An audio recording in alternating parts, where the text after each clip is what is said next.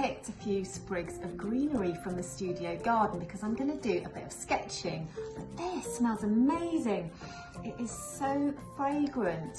So Nick, I've got a bit of a challenge for you. One, I need you to identify this for me.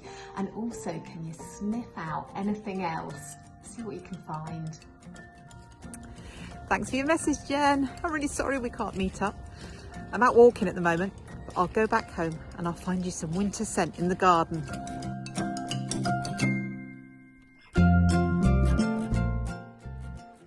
Right, I'm back in the garden now, looking for winter scent. It's raining, but there's still plenty of scent. And the really good thing about some of the shrubs you can choose for the winter garden is that not only do they flower, but they have a lot of really heady perfume. Let's go and look. This is the first plant I want to show you, Jen. It's the one you found in the studio garden, Sarcococca, or winter flowering box. It's an evergreen with really glossy leaves, and then these little insignificant white flowers underneath that pack a really mighty punch when it comes to the scent. It's the kind of perfume that fills your garden up. If you cut it and bring it in the house, it perfumes the room. This is Daphne. It's a woodland plant actually, it grows in some shade. And this one is Jacqueline Postile. Again, the scent is really heady. This is witch hazel, Jen. It's got these fantastic flowers. The bark of witch hazel is used for astringents, but these flowers are really scented. They smell like orange peel. Not all of the witch hazels are fragrant, but this one, Arnold Promise, is. This shrub is Skimmia Q Green. It's yet to come into flower, but it will over the next few weeks. And all these little green baubles that you can see will open into really heavily scented flowers. The best thing about this is that the bees love it. It will be covered in lots of early bees in the next few weeks. These lovely pink flowers are Viburnum. They flower on bare stems and are heavily scented. They look great cut and put in a vase in the house.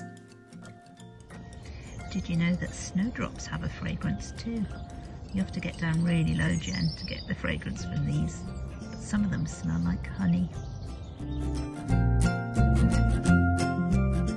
So you can't talk about winter scent without looking at the evergreens. And these are all herbs, so they've all got aromatic leaves. So we've got bay here, rosemary, myrtle, thyme and sage. Here's Will. Challenge completed, Jen. Now it's your turn to get sketching. Thank you, Nick, for those finds. They're brilliant, and I love the fact they're just in a jam jar, really simple, and it's given me a few more ideas for my sketches. And you said that you wanted to see them. Well, not only are you going to see them, you're going to receive them, because look, I found these watercolour postcards. Lovely thick watercolour paper, and then on the other side space for an address, a message and a stamp. So they will be winging their way to you a la old-fashioned styly through the post. And I'm going to be using coloured pencils to sketch with. They're water soluble for some really lovely loose effects, and brush pens. And they've got a brush on one end for some loose colour work and a finer nib on the other for a little bit of drawing. And they work really, really well together. So let me show you how to do that. These are really good fun, really loose, colourful sketches that anyone can do. Right, I'm quite excited. Let's get going.